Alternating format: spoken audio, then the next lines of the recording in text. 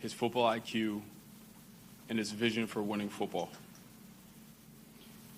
The great thing is when you make calls to his teammates in North Carolina, staff at Boston College, Miami, and Detroit, you realize he's an even better person, father, and husband. Without further ado, I want to introduce Ben Johnson, head coach of the Chicago Bears.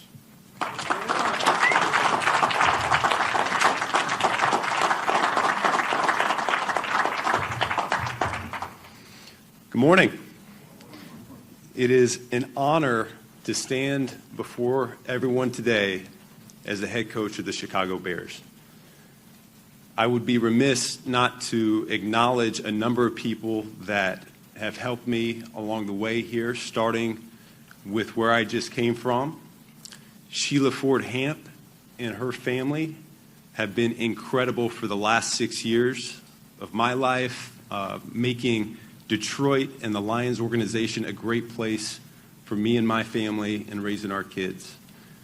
Dan Campbell is more than just a colleague to me. He is a friend. He is a mentor. He is a man that trusted me when he didn't need to, and I will forever be in his debt and respect the heck out of him. He's an amazing person. One time someone told me he is a unicorn, and they could not be more true words than that. I appreciate Rod Wood, Mike Disner, the rest of the executives there in Detroit. They were a pleasure to work with, and it was one of the most memorable times being able to turn that franchise around. The offensive staff in Detroit. There might have been some tough nights, there might have been some tough game days, but I do appreciate your support, your understanding, and really your camaraderie at the end of the day. The players, man, this is one of the hardest things to do is to leave a group of men that you love. And I will forever be impacted by St. Brown, Goff, Ragnow. I can keep going on and on and on. One of the reasons you get into coaching is to make the people around you better. But the truth is that those group of guys, they made me a better coach and a better person. They inspired me every single day, and I love driving into work to work with those men every single day. One of the biggest pieces of the puzzle for me is my family, my wife. You have been the rock. I know it has not been easy. One of the most selfish things I've ever done is to ask you to come on this adventure. And you did it full steam ahead, no ifs, ands, or buts. And you've become a fantastic mother and such an incredible partner. This is not my journey, this is our journey. Thank you so much along the way. Rick Smith and Priority Sports, thank you for making this transition seamless for me. Things happened fast once the season ended, and you were able to provide all the necessary information to make an informed decision. Thank you for that. With that being said, I want to thank the search committee here in Chicago. It was clear to me from the beginning that the priorities were straight. There's only one way for us to have success here, and that's the right people in place. George, thank you for trusting the people that you've hired. It is perfectly clear that you're willing to provide all the resources necessary for us to build a sustained winner here in Chicago. Kevin, I appreciate your support as well. You're going to play an integral part of everything that we have going on. And Ryan, thank you so much for trusting and believing in me. What you and your staff have already built here is so enticing. This roster is absolutely loaded with talent already, and I look forward to building it with you. You and I, as we've already talked about, we're going to be in lockstep every step of the way. I cannot wait to work with you. I told this search committee that I wanted this job. And there's several reasons why I wanted this job. The first is this place. For the last 10 plus years, my family and I have been coming up for a Cubs series every summer. And it doesn't take long to realize that this place is special. These people are special. This is exactly where I wanted to raise my family, my kids. I know we're going to have so much fun living up here in Chicago. All right? Number two is this roster that Ryan's already built. It is stocked, it's loaded. Everyone wants to talk about the quarterback, and Caleb, I'm excited to work with you, but it's going to take more than just you. And there are a lot of pieces already in place. And I can't wait to get to work with the rest of you guys. And then finally, I wanted to stay in this division. I know this is the toughest division of football right now. There's 3 teams that made the playoffs this year. I've got tremendous amount of respect for the coaches and the players in this league, having competed against them for the last 6 years. Dan Campbell, Kevin O'Connell, you're talking about 2 guys that are up for Coach of the Year awards as the season ends here. And to be quite frank with you,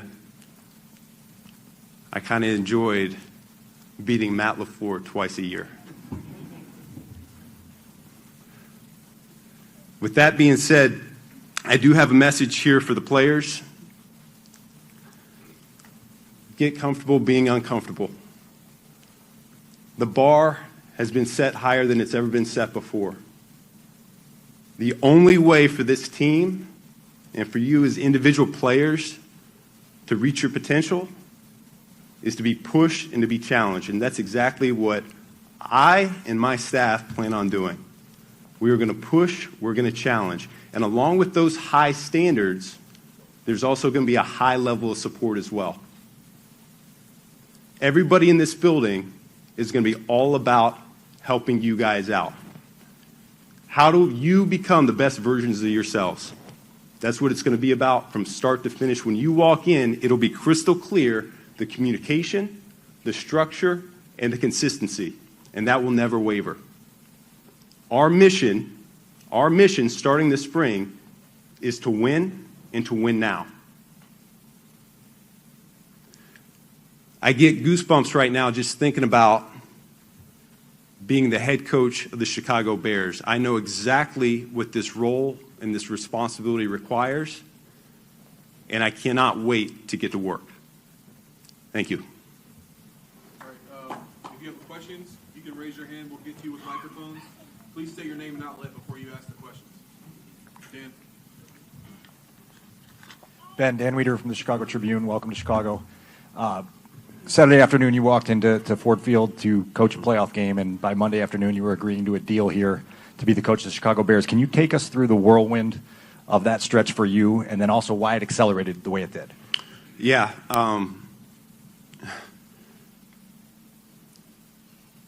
A tremendous wave of emotions follows up when your season gets ended like it did for us.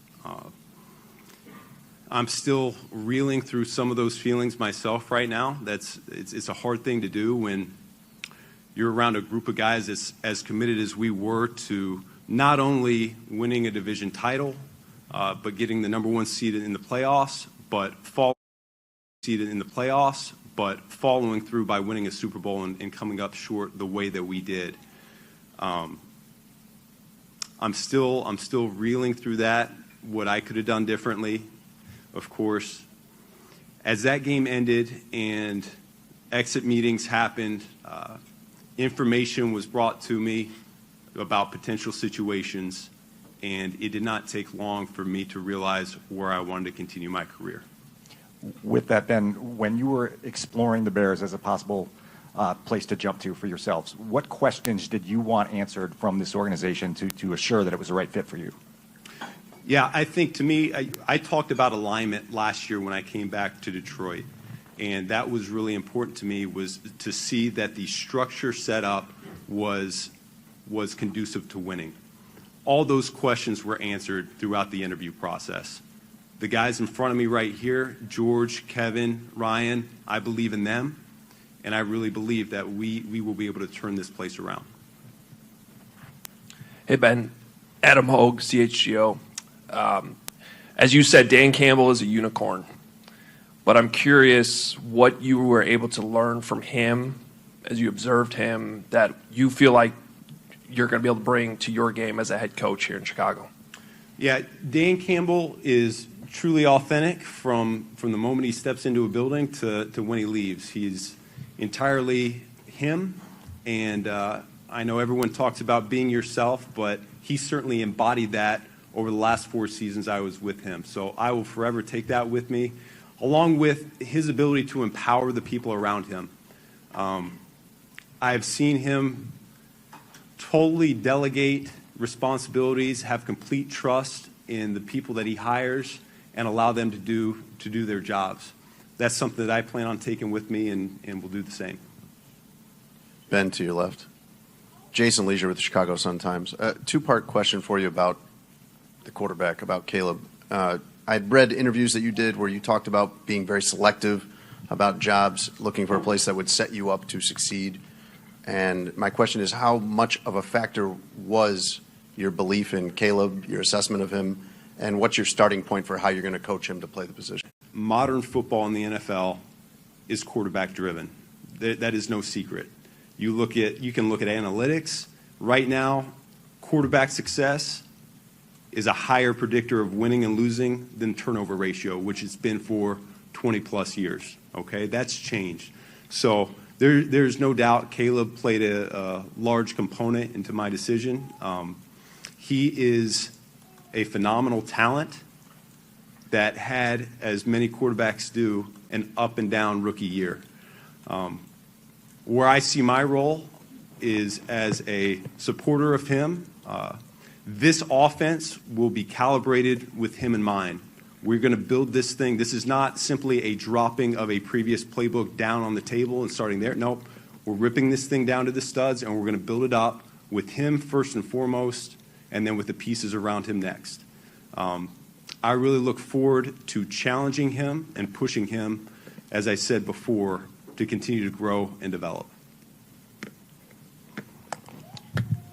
Hey, Ben, Courtney Cronin, ESPN. On that note, you looked at Caleb and said it's going to take more than you. And you probably better than anybody else know about the importance of the offensive line, but how long it took Detroit to build that unit. Is that something you can realistically replicate here with your goals in mind? Yeah, I think offensive line is certainly an area that we need to get better play from going forward, something that Ryan and I have already talked about. We will develop a plan of attack for how to get that done, but I'm looking forward to getting an excellent offensive line coach into the building to help develop the young talent that we already have on the roster, and we will certainly talk about acquiring talent to bolster that unit as well. But I was certainly blessed the last few years with the men that I worked with, and that was something I would love to replicate here as well. Hey, Ben. Patrick Finley with the Chicago Sun-Times. You talked about alignment. Specifically, how are you aligned with Ryan? And how do you learn that when you're having a Zoom conversation and you don't know the man too intimately because of this process going as fast as it did? Yeah, so here's what I'd say is Ryan did his homework. People on my end did our homework as well. So Ryan had left Boston College right when I was getting there. There's some shared history there. There's a lot of connections that may or may not have already been put together that people understand. I truly believe in the character and integrity of this man. In terms of true alignment, you're going to have to talk to the powers that be here. They can fill you in on that structure, but we are going to be locked at the hip and connected every step of the way with all the decisions that are made. Ben, Matt Zahn from CBS Chicago right here. Gotcha. You've talked about before spending part of your offseason kind of taking a look at the big picture, what it takes to be a head coach. You know, there have been many great coordinators that haven't turned into great head coaches. What did you learn about what it takes to make that transition and what it takes to be a good head coach? Yeah, the role and responsibilities are completely different, and I'm well aware of that, and I know that a lot of coordinators have failed in this role. Here's what I'd tell you is every step of my journey, whether it's quality control, whether it was position coach, whether it was coordinator, I have found a way to change myself to be the best in that particular job. And so now that the job requirements are changing and I'm no longer just coaching an offensive player or an offensive unit, this is the entire team. And the good news is this, I am a football coach, so I will be able to change and adjust accordingly. The most important thing that we do here is we establish the culture that we want in this building in the springtime. Accountability and integrity, they're going to be cornerstones of this. Team first mentality is going to be critical for us. I already talked about the communication, the structure, the consistency. That's going to be felt by our players from day one all the way through the end of the season, okay? And at the end of the day, we are going to lean on a professional work ethic. We're going to learn how to be pros here in this building. We'll be deliberate and intentional with what we do, and then we'll get out of the building and off our feet. Hey, Ben. Mark Rohde with The Score here in Chicago. Welcome to the city. You mentioned that this roster is loaded with talent. So then when you look back at the Bears season, enduring a 10-game losing streak, does that surprise you that a team with this type of talent endured that? And how close do they not need to make that many changes going into this year? Yeah, listen, we'll evaluate the whole roster. I have not watched all the tape, but I have a good feel from game planning against this defense and certainly seeing the crossover tape with the offense that I feel really confident about the current talent level already in the building. Going into this season, I felt like this place was a sleeping giant. To be honest with you, I personally was more concerned about the Chicago Bears than I was anybody else in this division. Now, there's a number of reasons why that did not unfold, all right, which that's why I'm here. I'll get to the bottom of that, and we'll see if we can't get that corrected and cleaned up. But I was very encouraged with what was already on the roster right here, and like I said before, this division, as hard as it is, really excited about competing here. Was it just the changes that they made going into the offseason that scared you the most about the Bears? Was it Caleb Williams? Like, what was it about the Bears that they were the... Well, personally, we struggled with that defense here for both games that we played them in 2023, okay? So that was a huge deal, was knowing that as much as I struggled staying up at night trying to attack this defense, I knew what that was capable of, and then seeing all the weapons that they have on offense here was really, really encouraging. Coach Deion Miller, ABC 7 Chicago, welcome. We're glad that you're here. You had this opportunity a year ago to be a head coach. You chose not to. Why are you more prepared now for this job than you were a year ago? Yeah, a year ago, honestly, it was a similar situation in terms of being ejected from the playoffs prematurely, how we saw it. And as my emotions got the better of me at that point, I decided quite early on that I wanted to come back and take another shot at that in Detroit. This year, this offseason, summer, I was able to do a lot more thinking and just throughout my head, my process, what it would look like as the head coach, and I just felt a lot more comfortable in terms of making that jump regardless of how the season ended in Detroit. Ben, here to the right. Yep. Pat, the designer, ESPN 1000. When your predecessors came in a very similar situation that you have, quarterback already in place, having to come in kind of midway through, this rebuild being done. What is it that you can bring to the table that will make this situation end in a different manner than what we've seen in previous situations? Listen, I can't speak to the previous coaches that were here. All I can tell you is this. Every step along the way, I already alluded to it, I found a way to excel in each job. So I'm deeply committed to finding a way to make this work.